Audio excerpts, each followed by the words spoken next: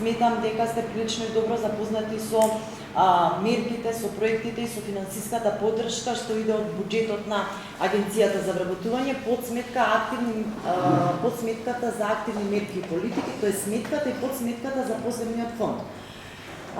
За оваа влада и за мене како директор на оваа институција, приватниот сектор и стопанствениците уживаат посебен углед и ги почитуваме и ги респектираме, бидејќи знаеме дека во секоја држава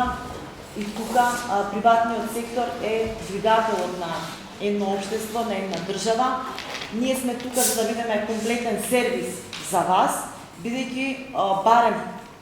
институцијата која што јас ја раководам, преку средствата кои што вие ги уплаќате за придонесот за вработување, ние ги повратно ги пласираме преку овие мерки и проекти директно до вас. Доколку сметате дека има потреба, јас сметам дека сме при крај со активните мерки и политики оваа година, сте добро запознати, се уште некои течат, ќе имаме креирање на нов оперативен план за 2020 година, за кој што идејата ни е да направиме една подлабока анализа и средба со вас регионално. Не значи дека во секој регион или во секоја општина е потребна иста поддршка кон работодавачите, бидејќи секаде се занимаваат со различни дејности, имаат различни, да речеме, барања и потреби. Некаде бараат работна сила, имаат недостаток на работна квалификувана сила, некаде имаат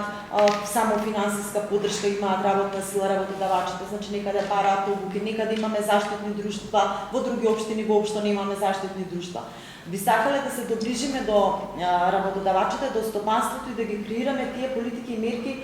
согласно потребите на работодавачите во одреден регион. Не дека нема да бидат достапни другите мерки, но акцент да ставиме на она, во случајов што е најпотребно во Делчево и кои се најголемите барања и проблеми со кои што се соочуваат работодавачите во Делчево. Јас сум представник на САСА и много благодарам на поканата, многу ми сме тука и поведено сакам да искористам оваа прилика да се заблагодарам на Агенцијата за вработување, но и на Центарот за вработување во Делчево, што ни беа огромна помош при отварањето на тренинг центарот и оно што ние сакаме да го направиме во Македонската Миленица како тренинг центар, односно за млади лица кои што имаат завршено средно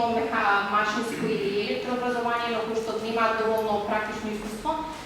Сакавме да направиме нешто ново, нешто да ги подготви нив пред да почнат со работа во Рудникот и особено и мило што имавме таква можност што искористивме, бидејќи од јули официјално сме верифицирани како тренинг центар, тренинг установа во САСА и уште еднаш огромно благодарам